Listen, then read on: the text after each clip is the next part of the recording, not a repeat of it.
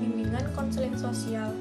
Bimbingan konseling sosial itu bukan hanya tentang memberikan nasihat, tetapi juga tentang proses membantu seseorang atau individu agar mampu mengenali dirinya, memahami masalahnya, dan menemukan jalan keluar dengan cara yang lebih positif.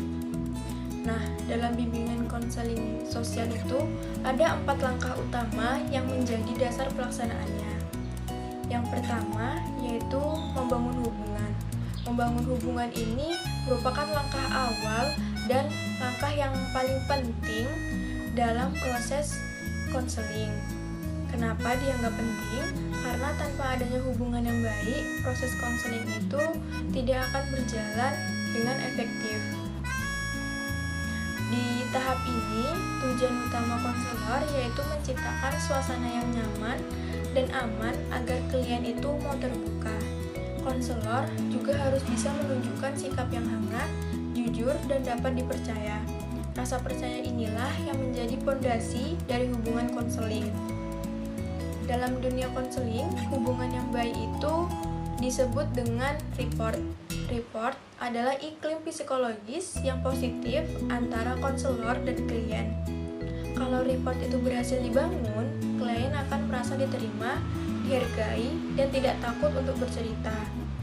Untuk menciptakan rapport itu sendiri, konselor harus memiliki kemampuan mendengarkan yang baik. Bukan hanya mendengarkan kata-kata, tetapi juga bahasa tubuh, nada suara, dan ekspresi wajah. Terkadang pesan yang keluar lewat ucapan itu berbeda dengan yang disampaikan lewat gerakan tubuh. Selain mendengarkan, ada juga aspek komitmen dan komplement yang sangat penting. Komitmen itu berarti konselor berusaha memahami perasaan dan cara pandang klien dengan mengesampingkan prasangka pribadi. Sedangkan komplement artinya konselor memberikan perhatian tulus seperti mengatakan lewat sikapnya, "Saya peduli dengan apa yang kamu rasakan, pengalamanmu itu penting bagi saya." Ditambah lagi, konselor juga harus menunjukkan atensi atau perhatian penuh. Jika konselor tidak terlihat fokus, misalnya sering melihat jam atau tidak menanggapi dengan baik, maka klien akan merasa terabaikan. Tapi, kalau konselor memperhatikan dengan sungguh-sungguh, klien akan merasa dihargai dan hubungan akan semakin kuat. Langkah yang kedua yaitu identifikasi dan penilaian masalah. Setelah hubungan positif tadi terbentuk, langkah berikutnya yaitu membantu klien mengenali dan memahami masalah yang sebenarnya. Seringkali klien itu datang dengan keluhan yang masih samar. Misalnya hanya bilang, saya merasa stres atau saya bingung harus bagaimana. Nah, disinilah peran konselor dibutuhkan untuk membantu menggali dan memperjelas apa akar permasalahan yang sedang dihadapi klien. Di tahap ini, konselor juga harus membantu klien menetapkan sasaran yang realistis. Tujuannya supaya proses konseling itu punya arah yang jelas. Tidak hanya bicara tanpa tujuan, tetapi benar-benar menuju perubahan yang diharapkan. Selain itu, penilaian masalah juga membantu konselor memahami sejauh mana klien itu siap untuk berubah. Terkadang ada klien yang ingin berubah tapi masih ragu atau belum berani menghadapi kenyataannya. Nah, di sini konselor berperan untuk memberikan dukungan agar klien bisa perlahan membuka diri. Langkah yang ketiga yaitu memfasilitasi perubahan terapeutis. Tahap ini merupakan inti dari proses konseling yang dimana konselor membantu klien menemukan strategi dan langkah-langkah nyata untuk menghadapi masalahnya.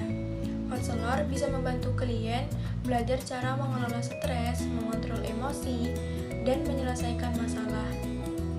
Misalnya, klien sering menyalahkan diri sendiri. Konselor itu bisa mengajarkan cara berpikir yang lebih positif dan realistis. Proses perubahan ini tentu tidak terjadi dalam satu kali pertemuan saja. Konselor harus siap mengevaluasi dan menyesuaikan strategi jika ada pendekatan yang kurang efektif. Artinya, konseling ini bersifat dinamis dan berkelanjutan. Di Disinilah pentingnya konselor untuk tetap peka terhadap perkembangan klien. Apakah ada kemajuan atau justru ada hambatan baru yang muncul selama proses berlangsung. Langkah yang keempat atau yang terakhir ada evaluasi dan terminasi. Setiap proses pasti akan memiliki akhir. Begitu juga dengan konseling. Tahap ini dilakukan untuk menilai sejauh mana tujuan konseling ini sudah tercapai. Konselor dan klien itu bersama meninjau apakah masalah utama sudah teratasi atau apakah klien sudah mampu menghadapi tantangan dengan cara yang lebih baik. Jika klien sudah lebih tenang, lebih percaya diri, dan mampu mengambil keputusan sendiri, maka proses konseling ini bisa diakhiri atau terminasi.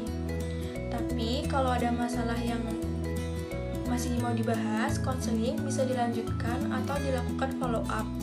Dalam proses evaluasi, konselor juga bisa menanyakan umpan balik dari klien, misalnya, apakah pertemuan ini membantu atau bagian mana yang paling bermanfaat bagi kamu. Pertanyaan seperti ini membantu konselor untuk memperbaiki pendekatan di masa depan. Nah, itu tadi langkah-langkah dalam bimbingan konseling sosial. Keempat langkah itu saling berkaitan dan tidak bisa dipisahkan. Terkadang satu langkah bisa berlangsung bersamaan dengan langkah lainnya, tergantung situasi dan perkembangan klien. Bimbingan konseling sosial itu bukan hanya tentang memberi solusi, tetapi juga tentang memahami seseorang dalam proses menemukan kekuatan dirinya sendiri. Karena sejatinya tugas seorang konselor bukan mengubah orang lain, tetapi membantu mereka untuk menemukan kemampuan yang terbaik yang sudah ada dalam diri mereka.